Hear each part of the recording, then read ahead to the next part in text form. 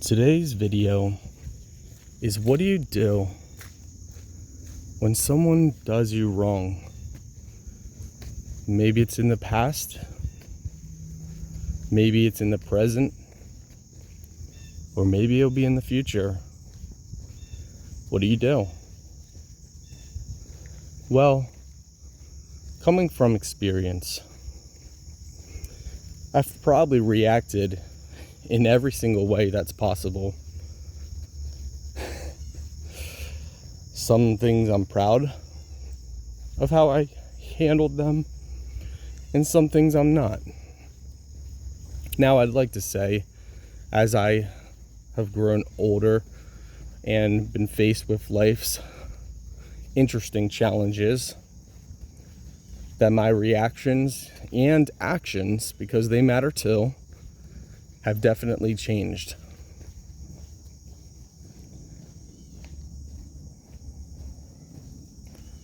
So here's my advice for those. First off, catch your emotions. And what I mean by that is, in the moment, we often say and do things that we don't exactly mean. Sure, when we say them, we kind of mean them in that moment, but when we actually have a sound mind, we think back and think, that was kind of mean. I shouldn't have said that, or, man, I knew that was going to hurt them. Why did I do that? That's not a good person. So catch yourself in the moment. The best way of doing this is when, even if it's something that someone brings up or you bring up, ground yourself and catch yourself. Don't let your short-term emotions dictate your long-term emotions, feelings, and goals and dreams in life. If your short-term emotions rule your life, you're always going to be living in that state of mind of short-term.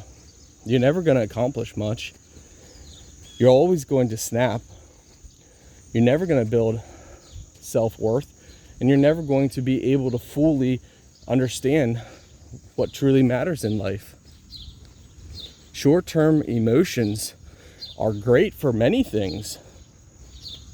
Short-term emotions lead to strong motivation in that moment, can lead to bursts of love, bursts of laughter, bursts of doing things that are funny.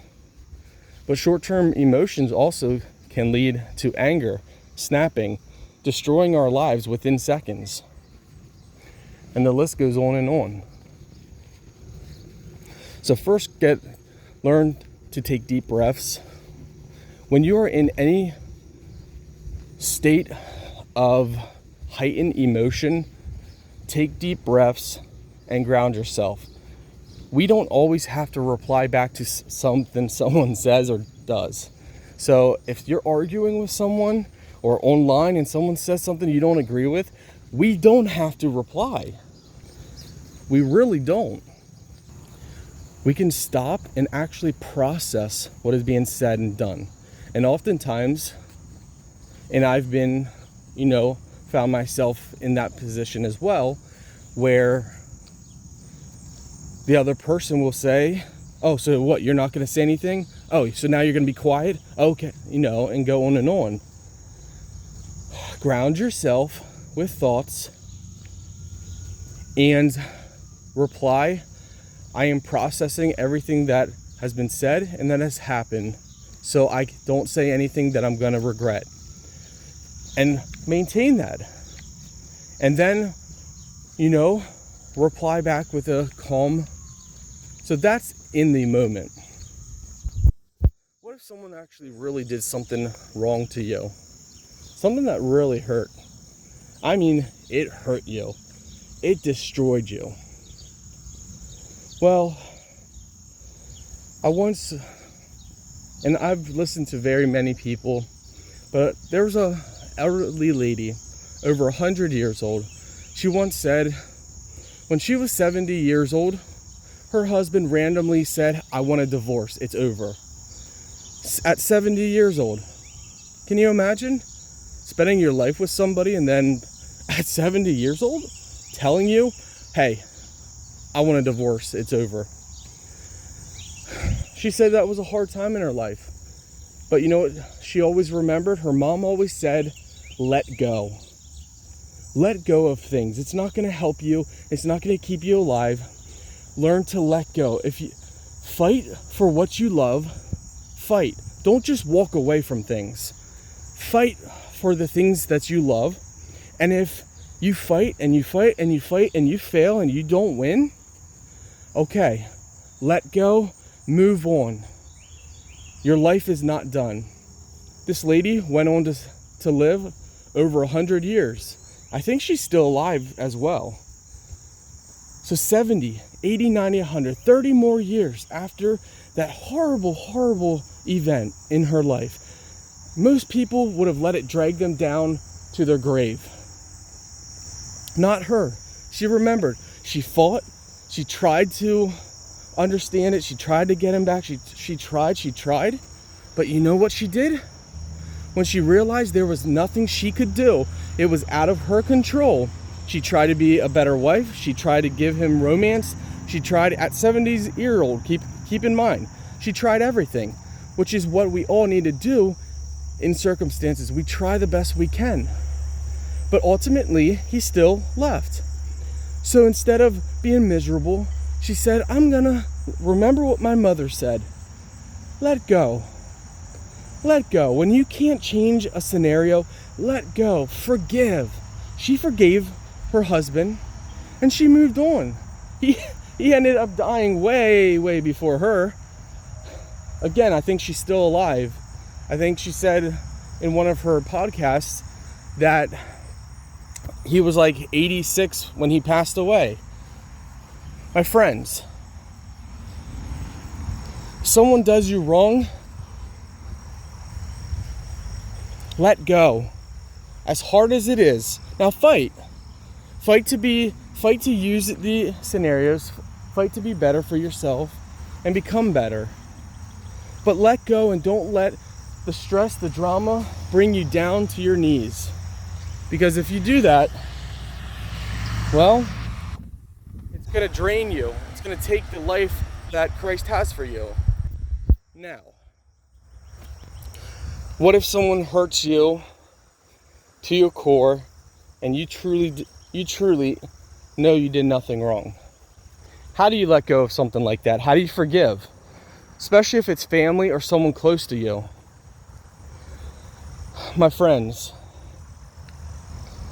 in this life there will be trouble, okay? How we act and how we react, both extreme, are very, very important. They matter. Now, it's easy for me to say, well, time heals all wounds. The cliche, which is true. Time does, but also it doesn't. When someone says, oh, just give it time and you'll move on, or give it time and you'll forget. Yes and no. For example, if you truly love someone from the bottom of your heart and they leave your life by either their choice or by natural causes and they're gone, you're never going to forget them. I don't care what anybody says. You're never going to forget them. You're not going to just wake up one day, oh yeah, whatever. No, you'll always remember. So the point of coping with a loss of a loved one is not trying to forget them. It's living your life. It's you continuing to wake up and be a better person for them. You live your life. You spread your joy. You put a smile on other people's face for them. Now, again, if there's any specific subjects that, anyone wants to know or talk about, let me know as far as it comes to this. But let's say someone does something wrong to you and it does hurt you. They're still around. What do? Well, I can tell you what the world says to do. Move on, walk away, forget them, excuse my language, screw them. Yeah, screw them. Who cares? Who cares about them? You do you. You do you, boo. You get you right. Forget all these people. You just focus on you. That's what the world tells us, which is insanely ridiculous. I say no. I say don't screw them, even if they hurt you to your core and you didn't deserve it. Even if you deserved it. I say don't screw them. Don't curse their name. I don't think that brings anybody any value, especially not you. You say, well, maybe you haven't been hurt like I've been hurt. Oh, trust me, you have no idea how deep I've been hurt. No clue. If people knew some of the things, how deep I've been hurt, they would wonder, how are you still standing? How are you still here? Well, I'm still here based on the wisdom and knowledge I'm about to give you. You forgive people. You say, well, how? I can't. Yeah, you can. You just refuse not to. Forgive them, because you're not forgiving somebody just for their benefit. You're forgiving somebody for you, so you can heal, so you can move on, so you can become the best version of yourself, so you can live the life that Christ wants you to live. So you forgive them. Now, this is what you do next. Forgiving them is not just an instant, well, I forgive you. Because the pain's going to relive in your mind over and over. The next goal is to not replay what they've said or what they've done over and over in your mind. Never do that. Because if you replay scenarios or situations over and over, you're going to relive and keep opening a wound. For example, if we take a scar like right here, so from kicking something, I got a scar. If I keep picking at that scab, it's going to keep bleeding over and over and over and over. And that scar is going to get bigger and bigger, and it's going to stay there longer and longer. Well, the same thing is going to happen if you replay things over and over in your mind, situations, scenarios, things people said, or things people have done. So you need to work on it every single day to stop replaying whatever took place. Because as long as you're replaying it, you're going to keep that anger built up inside your heart and inside your soul. Okay, once you... Total distance 2 miles. Now, you need to decide. The person that wronged you, are you keeping them in your life or not? So if it's a friend, if it's family, girlfriend, boyfriend, husband, or wife, you have to decide inside your heart and inside your soul. Are you willing? You have to forgive them no matter what, if you're with them or not. You have to stop replaying things in your mind if you're with them or not, because it's beneficial to you to work on these things. But now you need to decide, are you going to stay with them or not? Now, for me as a Christian, I make my choices based off of what Christ tells me, based off of what's in my heart and inside my soul. So I will make my decisions based on Christ. So this part, it's going to come down to, I guess, if you don't believe in Jesus, then it's going to come down to your own moral compass on discerning and deciding what to do. For me, it's based off of Jesus Christ, my Lord and Savior. So the choices that I make, I will not make a decision unless I feel 100% in my heart and in my soul that Christ wants me to make that choice. If it's 90%, I feel like 90%, okay, Christ wants me to go down this road 90%, I won't do it. I will only do it when it's 100% in my heart, in my soul, and my spirit feels it, then I will. And you may say to yourself, well, I don't know. How do I know for sure? Well, if you don't know for sure, then you don't know for sure. You see, we overcomplicate things. We really overcomplicate things. If you don't know in your heart 100% for sure that that's the choice or path you should take, Well, then you already know your answer right there. Don't make a decision or a choice until you're 100% sure. And here's the kicker. It might not come overnight. You might not wake up one day and instantly know, okay, well, I know. It might be days, weeks, even years, depending on what it is, until you're 100% sure. But oftentimes, it doesn't take terribly long, I've noticed, for Christ to give it in your heart. So, once you make that decision, I guess these two can kind of coexist together. As you're waiting on that decision, here's the next thing.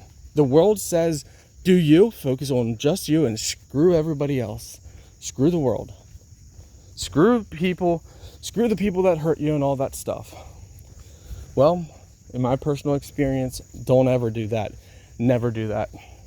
It's not just about you. It's never just about us.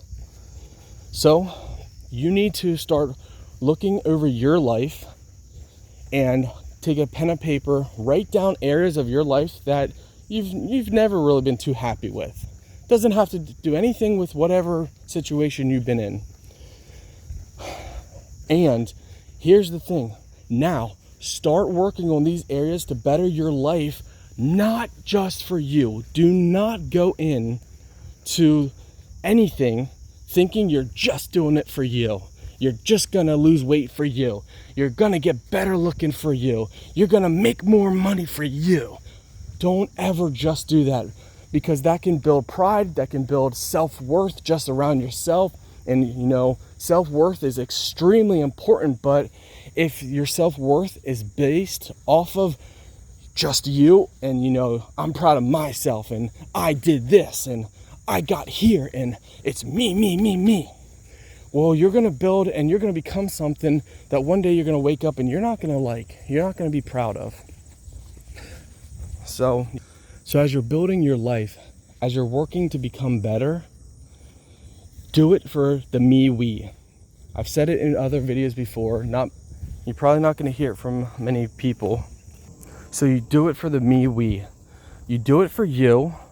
In all areas, you become the best version of yourself, but you're also doing it for those around you that are there present and that are going to be there in the future. Let it become about the me-we. So while you're doing that, you're building yourself up in your health, in finances, in relationships. Study the Bible if you're a Christian. If not, then study. Even if you're not Christian, the Bible has such strong wisdom to change your life. So I do still recommend it. But if you're not, seek knowledge. Seek knowledge on how to control your emotions. Seek knowledge. And you might say, wait a second. Hold up, Scott. I'm not the one that did anything. I'm not the one that caused any problems. I didn't do anything wrong. It's not me. This person wronged me. Or this scenario happened. It was out of my control. Why am I the one that has to change? Why am I the one? Well, you're the one because you're doing it for you. You're doing it for you to benefit others around you, but also benefit people in the future. You might not have done a single thing wrong. You might be the perfect person in the entire world. Doubtful, because none of us are perfect, but you might be. Someone might have done something to you that you just did not deserve. You tried so hard. Well, in this life, there will be troubles. Satan is like a roaring lion walketh in the earth looking for someone to devour. So what makes us think that just because we do nothing wrong, that bad things aren't going to come our way? That's not how it works.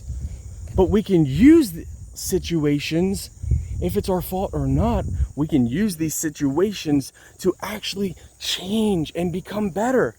Who says hard times have to make us even harder? Who says hard times have to change the way we think or we look at life? Who says we have to become negative when the world is negative around us? Who says? Who? Jesus doesn't say it. And if you're not a Christian, the world says to be just focus on you. My friends, I'm telling you right now, my friends, when you start doing things for you and for those around you, for the me-we, you see, get your health in order for you, but that also benefits those around you. And you might say, oh, okay, how? Well, for example, if you're obese or overweight and you focus and you keep working on yourself, well, obviously the people that are close to you will benefit from that, but also random people that know you or see you on the streets or at a store, be like, what? Millie, how did you lose all this weight? Wow. And you know what? They're going to go home and they're going to tell their spouse or their family or their friends, guess who I saw today? I saw Millie. And Millie lost all this weight. Good for her. And that's going to cause positive, because maybe in their life, maybe they're overweight. Or maybe, and then they can change their life. The things we do, we need to go in and we need to think of the me-we. So change your life for the me-we. Do it for the me-we, not for the me. Not just the me. Obviously, you do it for the me, but you do it for the me-we, not just the me. In finances, maybe you're broke all your life. Well, now you're going to do the research, and now you're going to put in the time, and now you're going to really study what wealth is and how wealth is created. You do it to change your life and the lives of those around you. I'm telling you, my friends, that's how you truly change and move on. No matter what someone does to you, no matter what area, it's you can change your life for those around you and those that are with you now and those and friends in the future. So with all that said, I do highly recommend everyone rewatch the video and listen to it. Maybe listen to it in bed. Put some earbuds on or listen to it while you're doing the dishes and take notes. I didn't change my life because I just magically woke up one day and my life was changed. I'm not where I am because I just magically woke up and it was all handed to me. I seek the knowledge. I've spent thousands of hours listening to podcasts and audiobooks on stuff. And not only that is I've been through these life lessons. I've had to go through these things. So I'm telling you guys, there is a treasure chest waiting for you on the other side. There is healing on the other side. And I could talk for days, weeks, and probably years on all these subjects. If there's a specific thing, like my finance video that I did, if there's a specific thing that you're grieving with, that you're hurt with, I would do a personalized video and upload it. So you just leave a comment, give me some details on a scenario, on what's going on, what you're facing. And I'll do a personalized video based off of the knowledge that I've gained over the years and based off of my own personal experiences. Never be afraid to ask, because I'm a little different. I'm a different person. I'm a different guy. You see, trolls could trash me, could degrade me, could make up as much lies as they want about me. And if a troll genuine commented and is going through something and needed help or needed advice, I would give them the same advice that I'd give my best friend. Because I understand we're all struggling in different things. Sometimes we're struggling in every area that there is in life. Doesn't mean that's how you have to live your life. It doesn't mean that's your future. One of the worst things you can say is, well, this is my life and this is the way it's going to be, so I guess it is what it is. It's the worst thing you can say. I said that once in my life. I said that once, and I gave up on life. I started getting really fat. Then I started spending my money on whatever just to fill some kind of void. I didn't care. Well, Christ, by God willing, changed my life and made me realize that, whoa, there's more to my life than this. This is ridiculous. I have so much more going for me than this. There's so much more in my life than this. Wake up, Scott. I have value. I have worth. So do you. I don't care if you're 70 years old, 80 years old. You may be 90 years old and somehow you're listening to this in a retirement home, all alone. It doesn't matter your age. Age is just a number, and I truly believe that. What matters is your heart and your soul. Fight. Don't give up. Don't give in. Seek and ye shall find. The problem is, a lot of us stop seeking because we don't find right away. You got this, guys.